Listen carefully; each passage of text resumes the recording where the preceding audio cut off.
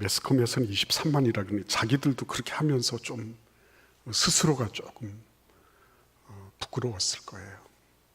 누가 봐도 23만 정도가 모여서 도로 교통이 마비가 되고 정체가 돼서 시민들이 불편했다, 이런 소리가 나올 수가 없거든요.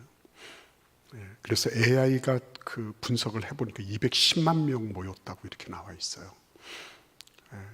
근데 아무튼 몇만 명이 모였나, 이거보다 훨씬 더 중요한 것은 한국 교회가 함께 모여서 예배드리고 찬양하고 기도했다는 거죠. 마음을 다 모아서 정말 우리가 그들을 혐오하거나 그들을 배제하고자 하는 게 아니라 그 틈바구니를 비집고 들어와서 우리의 표현의 자유, 신앙의 자유, 우리가 하나님 앞에서 누려야 되는 그 자유를 억압하고자 하는 이 모든 것들에 대해서 저항하는 그런 한국 교회의 쾌거였어요. 저는 우리 교회가 얼마나 감사하고 자랑스러운지 모릅니다. 우리 당회 장로님으로부터 성도들이요, 그 버스를 위해서 막 십시일반으로 헌금을 하시고, 그래서요, 물론 교회 예산이 들어간 부분도 있습니다. 대부분 그렇게 목적 헌금하시고, 우리 교회가 또 시민단체에도 버스를 대여해 줄 수 있도록 이렇게 해주셔서 얼마나 감사하고 고마웠는지. 막 많이 불편하셨을 거예요.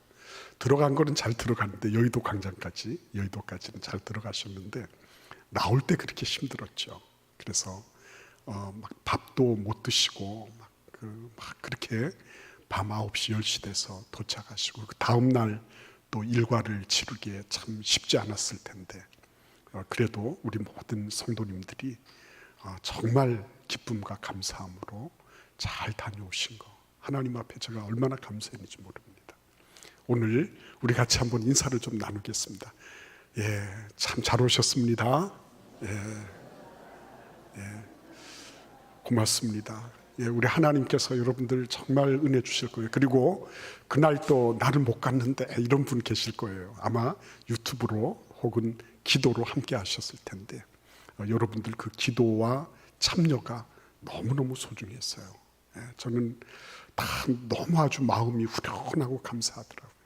서울역에 내려가지고 본부로 가야 되는데 다 가지 못했습니다. 가는 데마다 뭘 해가지고요, 이렇게 다 쳐놓고 해서 경찰이 이번에 너무 협력이 아주 심하게 잘 됐어요. 그래가지고 이렇게 해서 가려고 하는데 너무 힘들더라고요. 그래서 제가 가다가 중간에서 저도 이렇게 핸드폰 꺼내고 이렇게 해서 함께 가신 목사님들하고 같이 예배 드렸습니다. 아무튼 너무 감사했습니다. 오늘 우리 교회는 중직선거를 앞두고 있습니다. 제가 미국에 가니까 이민교회 얘기를 어떤 목사님이 하시더라고요. 근데 그 분은 장로님이신데, 이분이 원래는 교회를 다니던 분이 아니래요. 근데 교회를 가야지 김치도 먹고 또 교회를 가야지 여러 가지 정보 소식을 얻을 수 있으니까 교회를 나가시게 된 거예요. 근데 교회를 다니다 보니까 무슨 일이 생겼냐면, 그 교회가 열심히 싸우는 교회더라는 거죠. 마음과 뜻과 정성을 다해서 열심히 싸우는 교회. 그래서 이분이 어떻게 했냐면 뜯어 말겼대요. 중간에 서가지고 뜯어 말겨서 화해를 시키고 이렇게 막 한 거예요. 그랬더니 교인들 사이에서 당신 같은 사람이 안수 집사가 돼야 된다, 이렇게 된 거예요. 그래가지고 엉겹결에 안수 집사가 됐어요. 이분이 제일 힘들어하는 게 기도하라는 건데, 기도하라 그러면 도망치는 거예요, 안수 집사님이.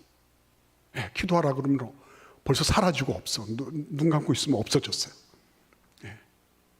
그리고 이분이 정말 힘들어하는 게 뭐냐면 성경 찾으라는 소리예요. 디모데전서 그러면 디모데후서 앞에 있을 건 알 거 아니에요. 근데 디모데전서가 어디 있는지 모르는 거예요. 왜냐하면 성경을 읽어본 적이 없으니까. 근데 이분에게 또 장로가 되라 그러네.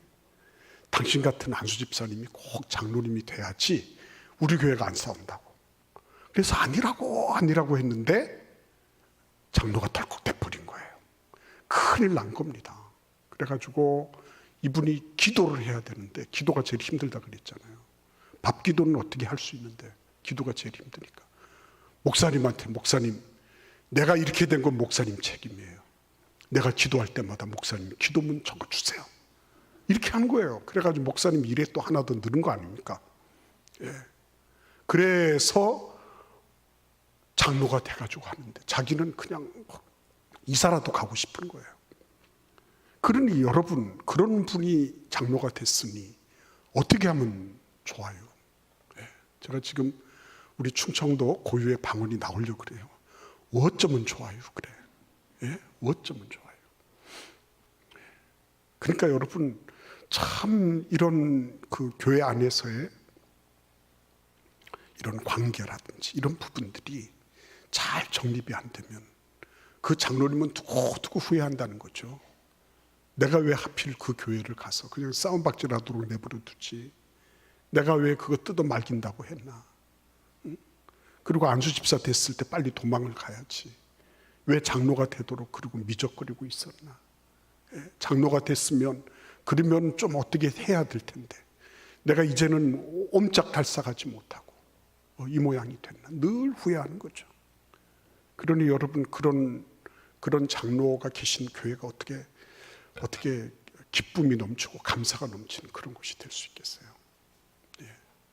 그러니까 여러분, 우리가 우리가 기도하고 있는 바와 같이 이 중직을 선거하고 중직을 함께 우리가 선택해서 그분들을 세운 그 일은, 이거는 사람의 관점으로 당신이 이러니까 이런 거 하십시오 이렇게 하는 게 아니에요. 막 떠밀려서 이런 것도 아니에요. 오늘 여기 보시면 디모데 전서에서 뭐라고 말씀하세요? 나는 명령을 받았다. 하나님과 예수 그리스도의 명령을 받아서 이 직분을 행하고 있는 것이다.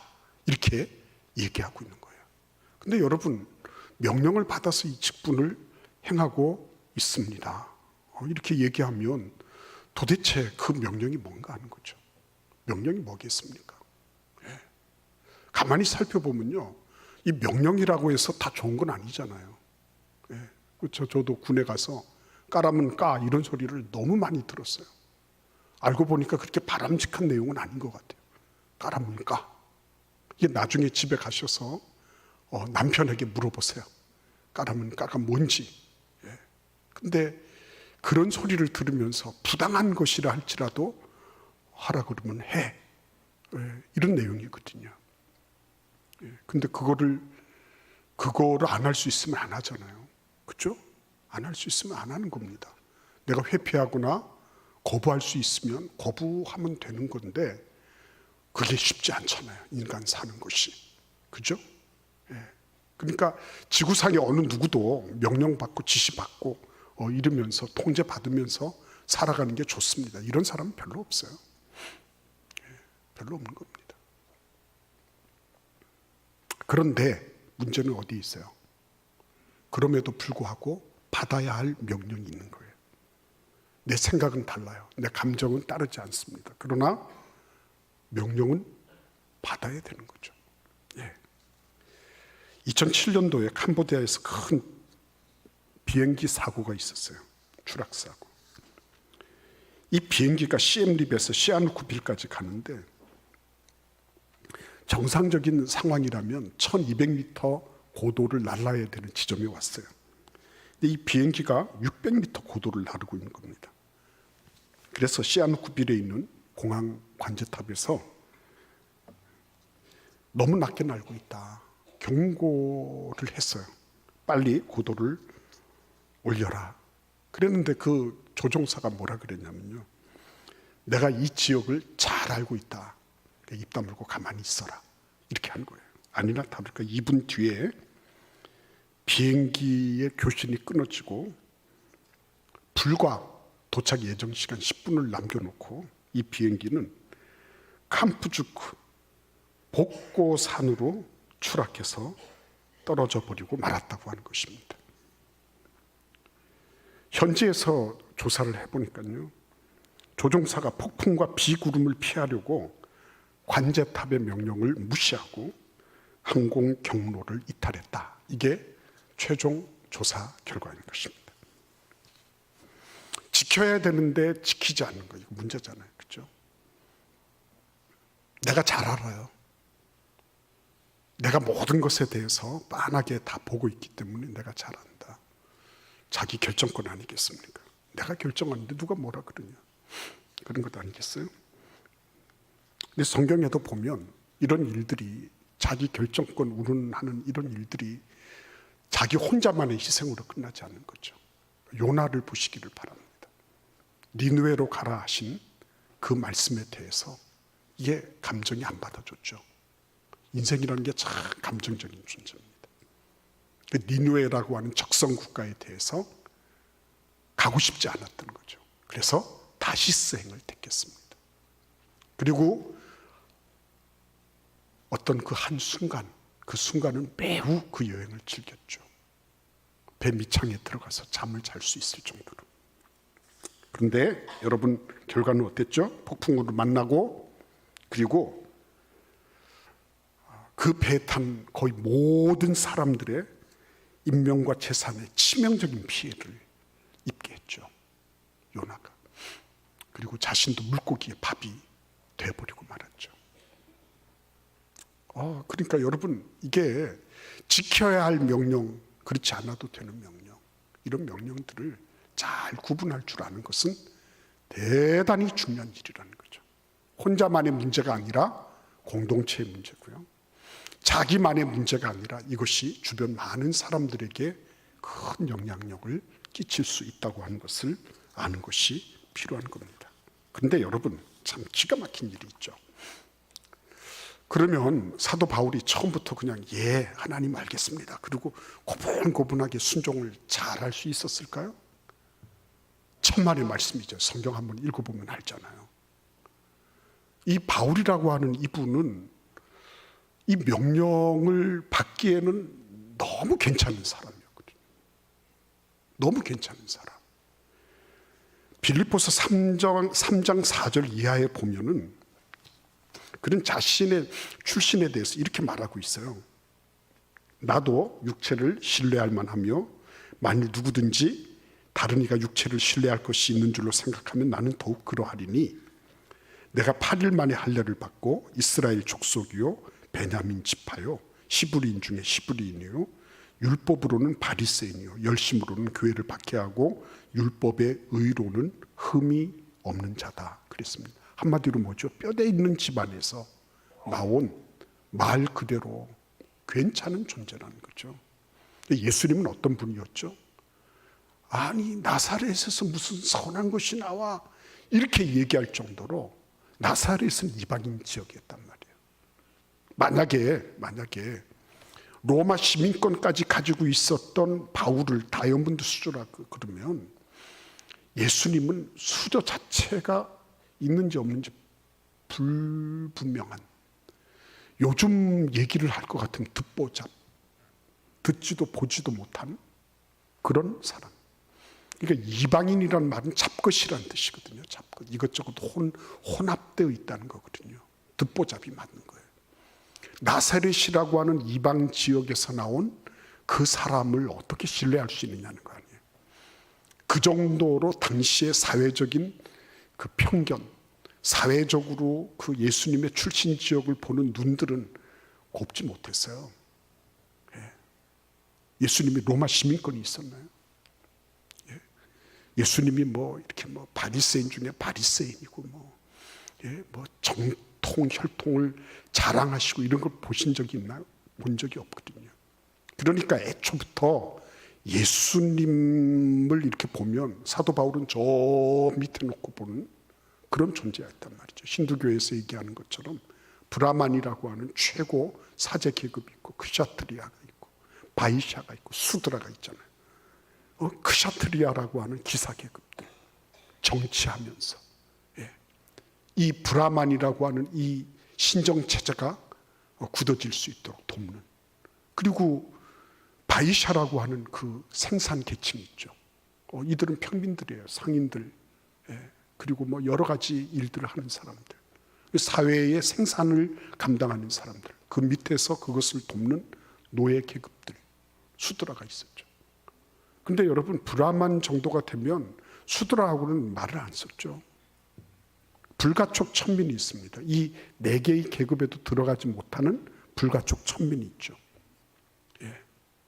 근데 이 달릿이라고 하는 불가촉 천민들은 애초부터 그 존재하면 안 되는 사람들이었습니다. 그러니까 위에 있는 이 카스트 제도의 상층부로부터 아래에 있는 사람들, 노예로부터도 심지어 무시당하는 그런 존재였죠. 브라만 같은 이들하고 만약에 결혼을 해서 저 바이샤나 뭐 안 그러면 그 수드라 같은 그런 계급하고 결혼했다 그러면 그 결혼한 사람들은 불가촉 천민으로 떨어지는 겁니다. 인간 취급을 안 하는 것입니다. 개하고 돼지하고 그리고 저 달리 불가촉 천민들하고는 이거는 오히려 동물보다 짐승보다 못하면 못했지 인간 취급을 받지 못하는 거예요. 근데 여러분 그 정도는 아니라 할지라도 사도 바울의 입장에서 보면 마치 브라만이 저 밑에 수드라를 보거나 달릿을 보거나 하는 것처럼 그렇게 예수라고 하는 분은 듣보잡이에요. 근데 그런 예수를 따르면서 예수가 주님이라 그러고 그리고 예수가 우리를 구원하신다 막 그러니까 이게 애초부터 이게 납득되는 정도가 아니라 분노가 치밀어 오는 거죠. 분노가. 그래서 저 예수를 따르는 이런 사람들은 완전히 이 지구상에서 박멸해야 된다. 이 지구상에 없어야 된다. 그래서 저 남의 나라까지 가서 그런 사람들 잡아들이려고 한 거 아니에요. 그 정도로 예수님을 바라보는 당시의 문, 바울이라고 하는 사람이 가지고 있었던 그런 시각은 너무 처참할 정도로 아주 낮고 낮았어요. 예수를 바라보는 눈. 그러니까 여러분 명령을 받는다는 게 쉬운 일이에요. 천만의 말씀 아닙니까?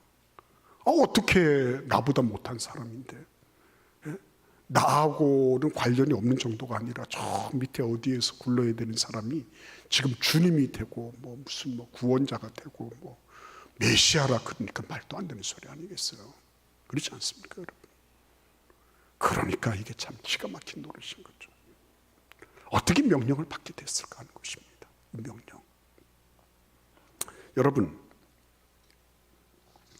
명령을 받는다고 하는 것은 이것은 그 권위를 인정하고 권위를 인정할 뿐만 아니라 그것에 대해서 내가 행동으로 이행할 그런 의무를 지닌다고 하는 것입니다.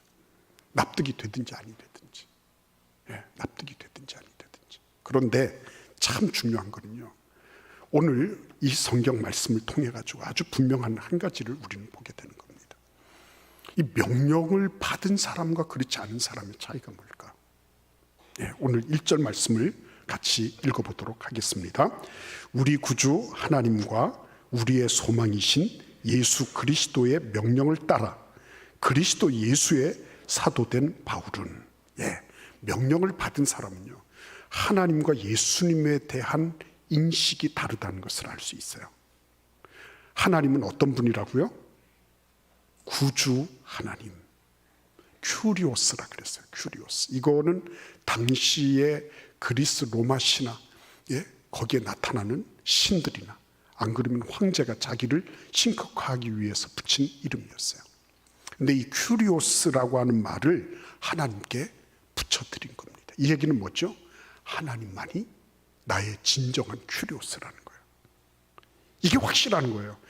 명령을 받았는지 안 받았는지 우리는 잘 몰라요. 그러나 명령 받은 사람은요 하나님이 나의 큐리오스입니다. 나를 통치하시고 나의 삶의 모든 생사 여탈권을 가지고 계신 나의 참된 주님이십니다 라고 하는 것을 인정하는 거예요. 두 번째는 아주 확실한 게 뭐죠? 예수 그리스도에게만 소망이 있다, 이걸 아는 거예요.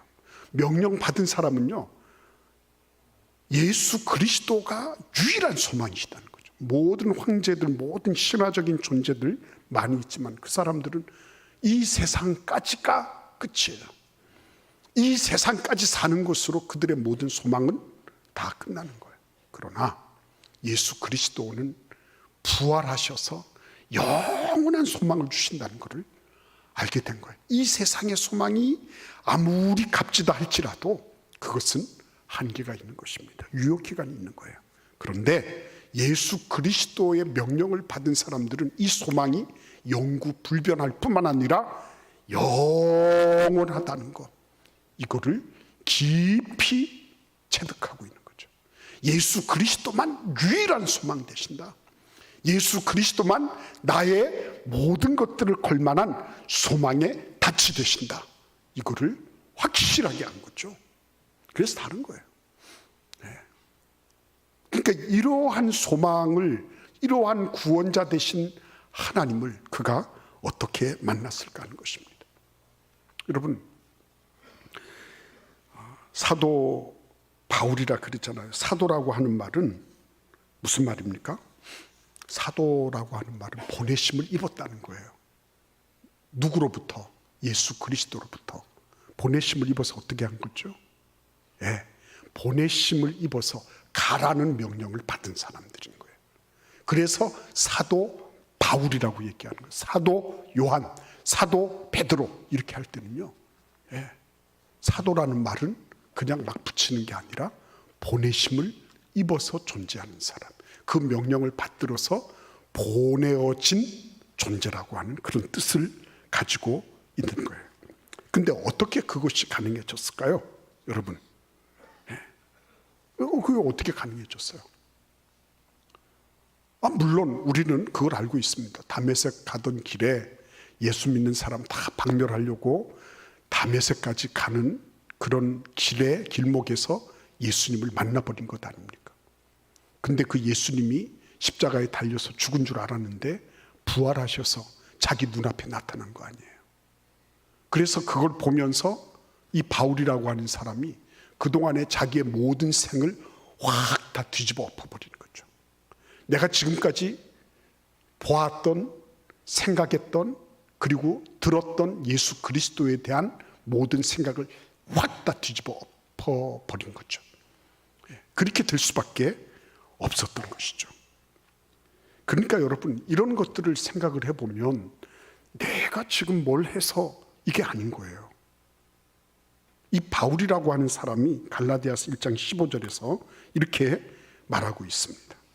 그러나 내 어머니의 태로부터 나를 택정하시고 그의 은혜로 나를 부르시니가 그의 아들을 이방에 전하기 위하여 그를 내 속에 나타내시기를 기뻐하셨을 때에, 이렇게 말하고 있습니다.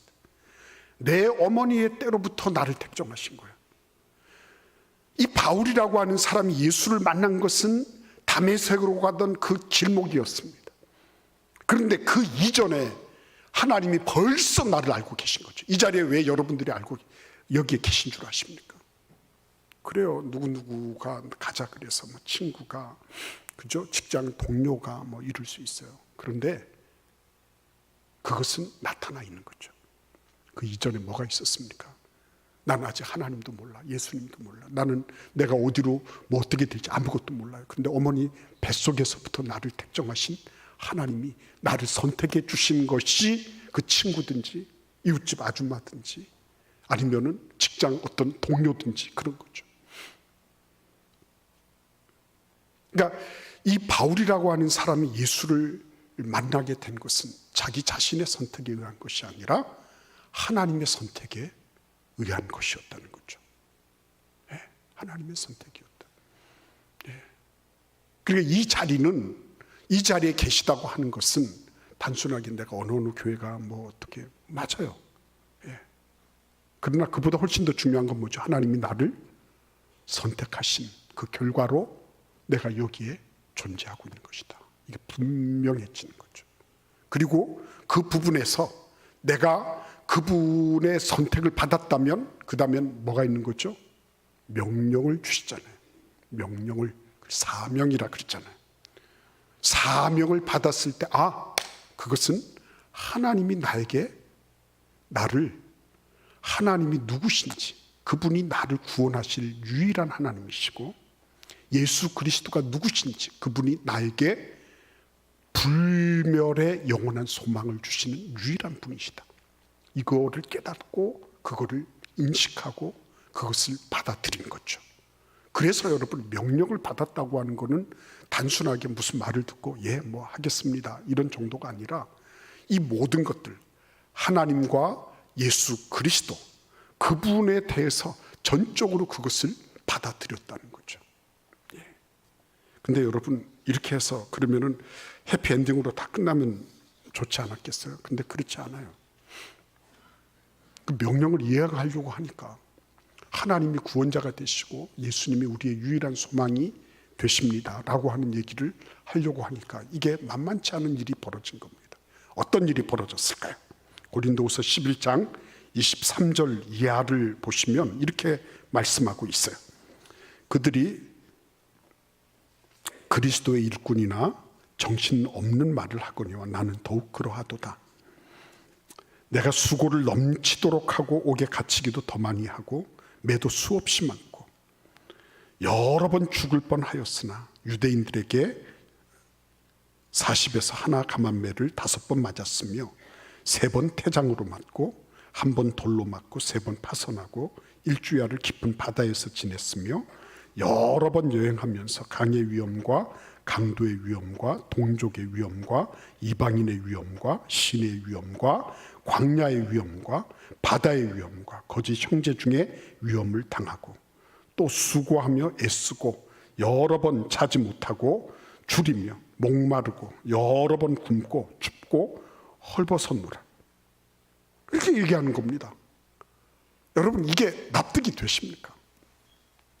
예수 믿으면 잘 된다, 없던 것도 생기고 뭐 이것저것 다 낫고 막 다 형통한 길로 걸어간다.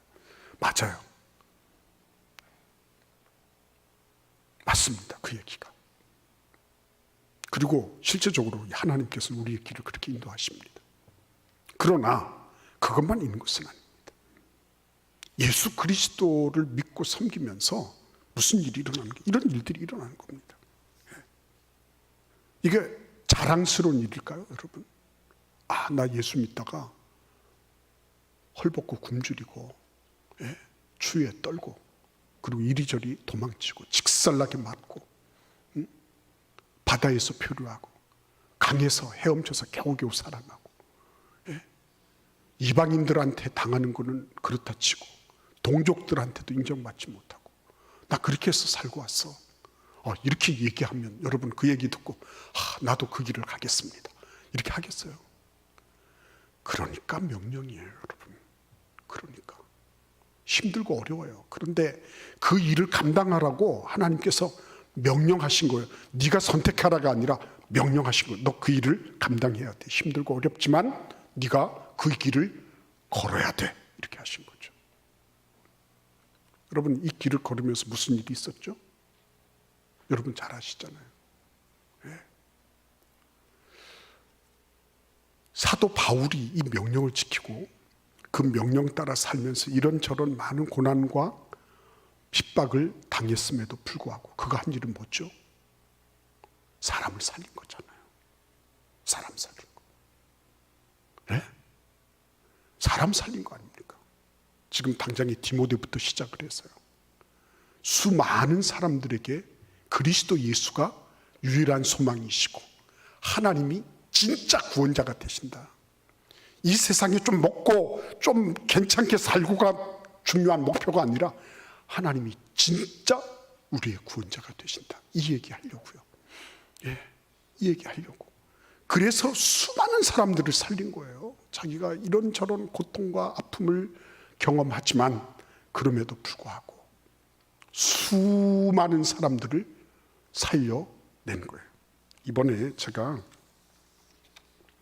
어떤 분의 기사를 봤어요. 이분이 30년은 넘도록 아프리카 우간다고 이디오피아에서 병원도 짓고 뭐 이렇게 저렇게 살았던 분이에요.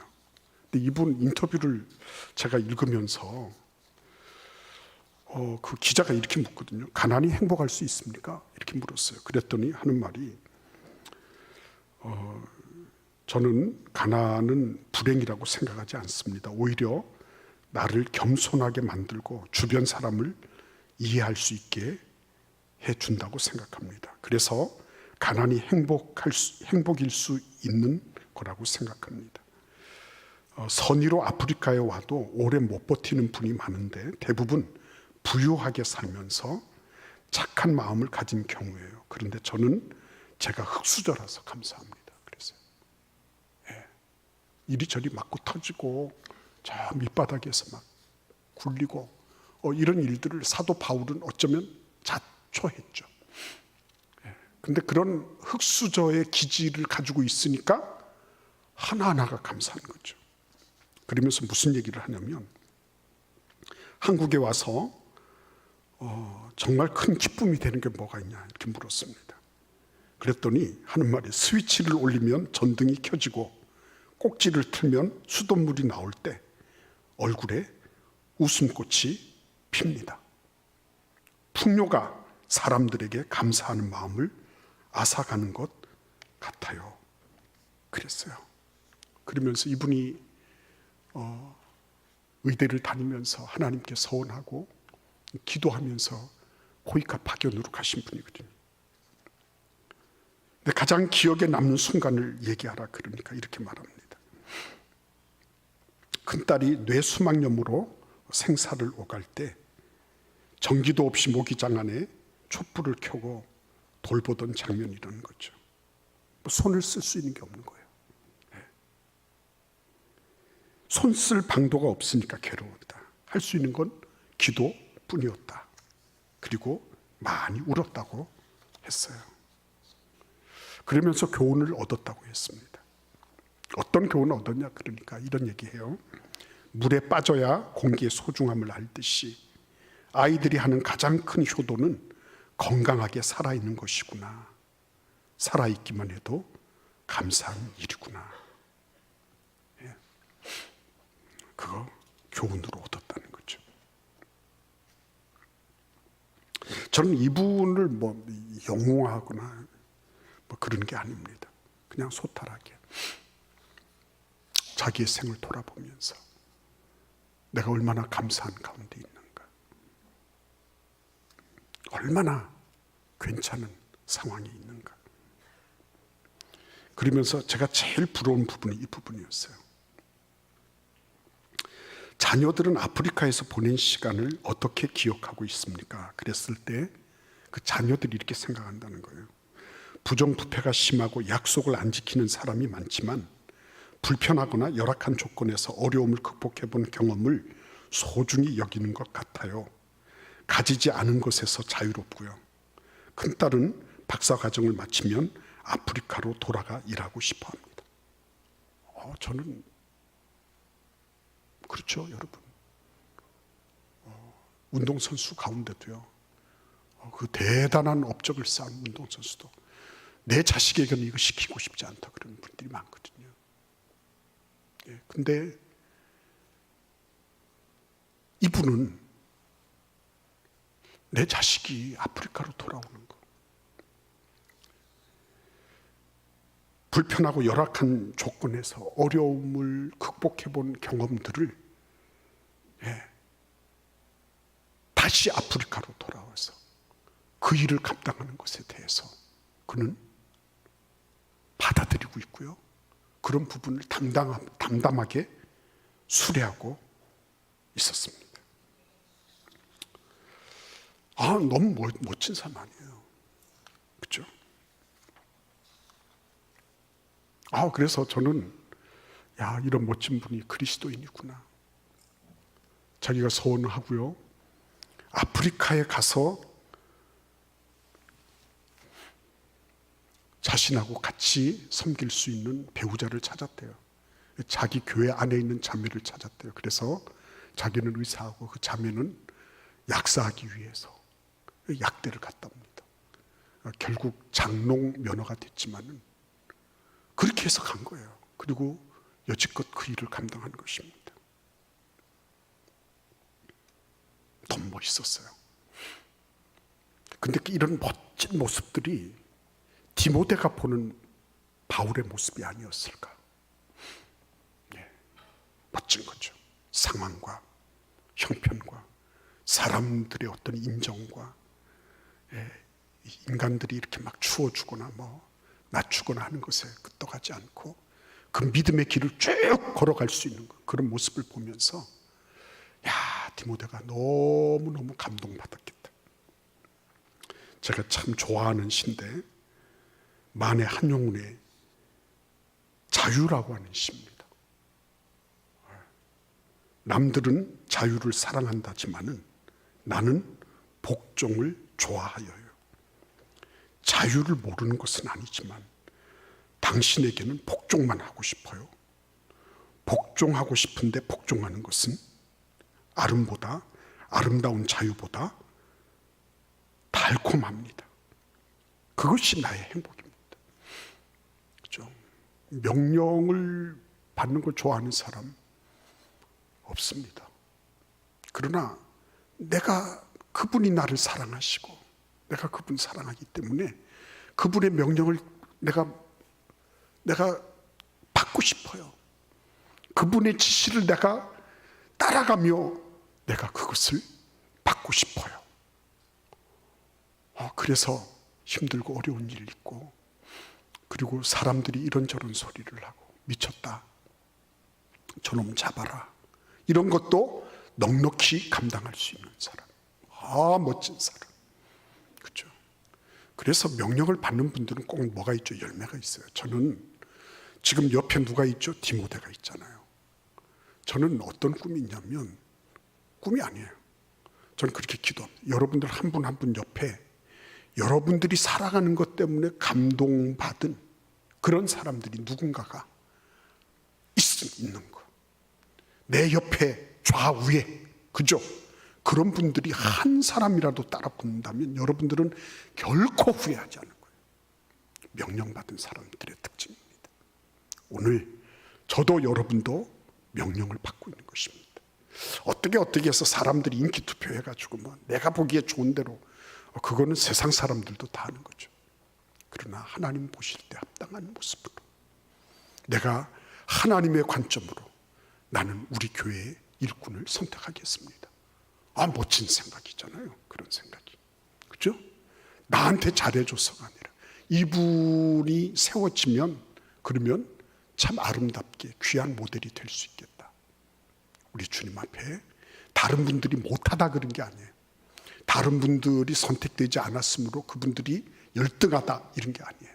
지금 이 시점에서 하나님이 선택하신 거를 우리는 선택하는 거예요. 그리고 그분들도 다음 기회에 또 그런 기회를 가지면 되는 거죠. 우리 하나님께서 우리에게 은혜를 베풀어 주실 줄 믿습니다. 여러분과 저는 그런 명령을 받아서 묵묵히 수행하는 그런 일꾼들을 잘 선택하는 은혜가 있기를 바랍니다. 우리 같이 기도하겠습니다. 하나님 앞에 우리 같이 합심해서 기도할 때, 하나님, 주의 명령을 따라 순종하고 순응하며 그 일을 따라 살아가는 그런 귀한 일꾼들이 내가 되게 하시고, 그런 일꾼들이 우리 교회에 나타나게 하시고 선택되게 하여 주옵소서. 이 시간 잠시 동안 하나님 앞에 함께 기도하겠습니다.